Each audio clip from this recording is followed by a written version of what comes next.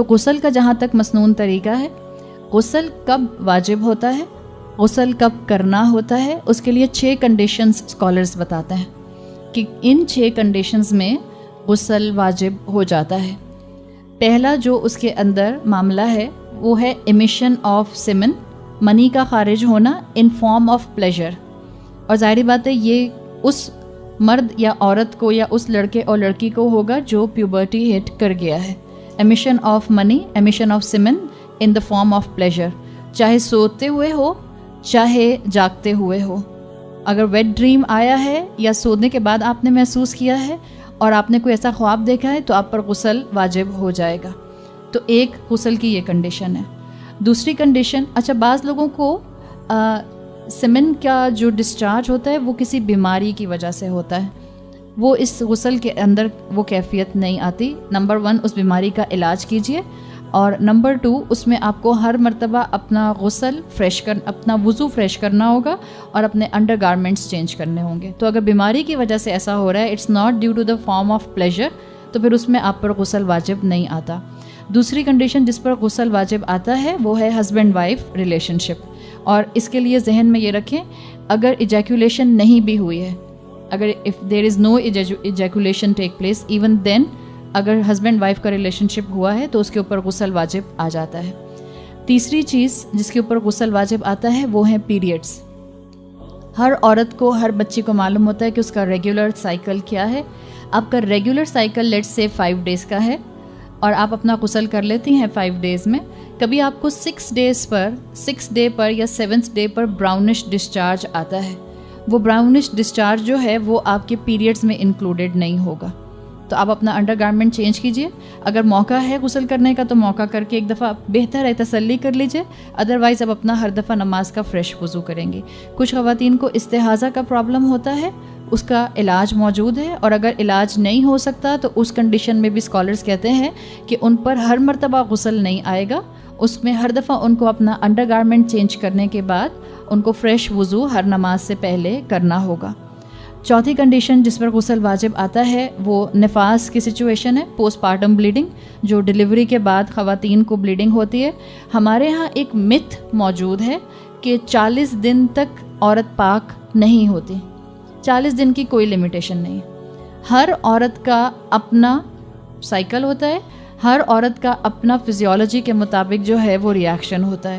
ہو سکتا ہے کوئی عورت ڈیلیوری کے 20 دن کے بعد فارغ ہو جائے، اب وہ 20 دن انتظار نہیں کرے گی کہ جب تک 40 دن نہیں گزر جائیں گے میں پاک نہیں ہو سکتی۔ جس وقت اس کی بلیڈنگ رک جائے گی اس کو اپنا غسل کر کے اپنا نماز اور روزہ اور جو بھی اس کی عبادات ہیں اس کو اس نے شروع کرنا ہے۔ پانچویں چیز جو اس کے اندر آتی ہے وہ آتی ہے غسل واجب ہوتا ہے مردے کے اوپر، یعنی موت کا موقع ایسا ہوتا ہے جس میں مردے کو غسل دیا جاتا ہے، سوائے شہید کے۔ جو قتال میں جنگ کے میدان میں شہید ہوگا اس کو غسل نہیں دیا جاتا۔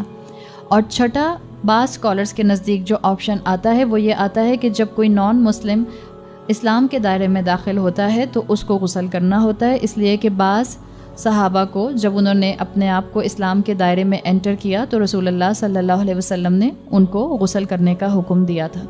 تو یہ 6 کنڈیشنز ہیں جس پر غسل اسکالرز کے مطابق واجب آ جاتا ہے۔ غسل کا مسنون طریقہ سمپل، آپ کی پاک ہونے کی نیت ہونا ضروری ہے۔ یہ نہیں کہ آپ بائی دا وے نہا کر آ گئیں اور آپ نے باہر آ کر کہا اچھا چلو میں پاک ہو گئی۔ آپ کی نیت ہونا ضروری ہے کہ آپ نے غسل لیا ہے پاکی حاصل کرنے کے لیے۔ تو پہلی چیز نیت ہے۔ دوسری چیز جو فرض چیز ہے وہ ہے بسم اللہ پڑھنا، 3 بار ہاتھ دھونا اور ہاتھ کلائی تک اپنے پورے دھونا۔ چوتھی چیز ہے اپنے پرائیویٹ پارٹس کو واش کرنا۔ پانچویں چیز اس کے اندر، اور پرائیویٹ پارٹس کو واش کرنا جس کو آپ استنجا کرنا کہتے ہیں، پراپرلی واش کرنا۔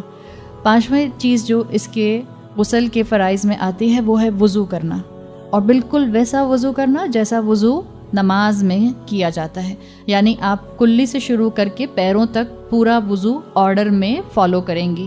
یہ بھی آپ نے غسل شروع نہیں کیا، اس سے پہلے آپ سے سارے کام کر رہی ہیں، یہ سنت کا مسنون آرڈر ہے۔ اس کے بعد ہاتھ گیلے کر کے 3 بار کانوں میں اپنے لے کر جانا، یہ ایڈیشنل آپ کو بعض احادیث کے اندر یہ حکم ملتا ہے، ٹھیک۔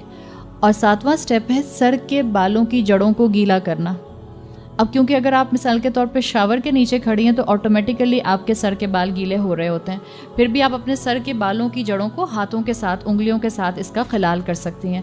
اور یہ پوائنٹ اس لیے بھی کہا جاتا ہے کہ عرب کے اندر خواتین جو ہوتی تھیں وہ اپنے بالوں کو بریڈز کو بنایا کرتی تھیں، چھوٹی چھوٹی بریڈز، جیسے افریقن خواتین نہیں بناتی بریڈز.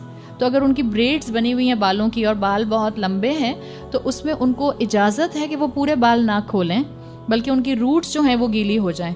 تو اسی لیے ہاتھوں کی انگلیوں کو گیلا کر کے اور اچھی طرح سے گیلے کو، اپنے اسکیلپ کو گیلا کیا جاتا ہے. تو سر کی جڑوں کو گیلا کرنا، دائیں پہلو پر جسم کے پہلے پانی ڈالنا اور پھر بائیں پہلو پر پانی ڈالنا. اس طرح سے آپ کا غسل مکمل ہو جاتا ہے. اور خاص طور پر جو آپ کا بیلی بٹن ہے، جو آپ کے آرم پٹس ہیں اور جو آپ کے انڈر نیز جگہیں جہاں بینڈ ہوتے ہیں، اگر آپ بیٹھ کر نہا رہے ہیں تو بینڈ جگہ ہوتی ہے، وہاں پہ چانسز ہوتے ہیں کہ پانی ٹچ نہیں کرے گا. تو ان جگہوں کے اوپر خاص طور پر پانی کو پہنچانے کی کوشش کرنا تاکہ آپ کو پورے جسم کو پاکی حاصل ہو جائے. یہ غسل کا مسنون طریقہ ہے. اس کو سیکھیں، اپنی اولادوں کو سکھائیں اور اس کو آگے پھیلائیں، اس لیے کہ طہارت کا علم حاصل کرنا ہر مسلمان کے اوپر فرض عین ہے. اللہ تعالیٰ ہم لوگوں کو پاکی نصیب فرمائے تاکہ ہماری عبادات میں ویلیڈیٹی آ جائے. گمراہیوں کی رات میں نور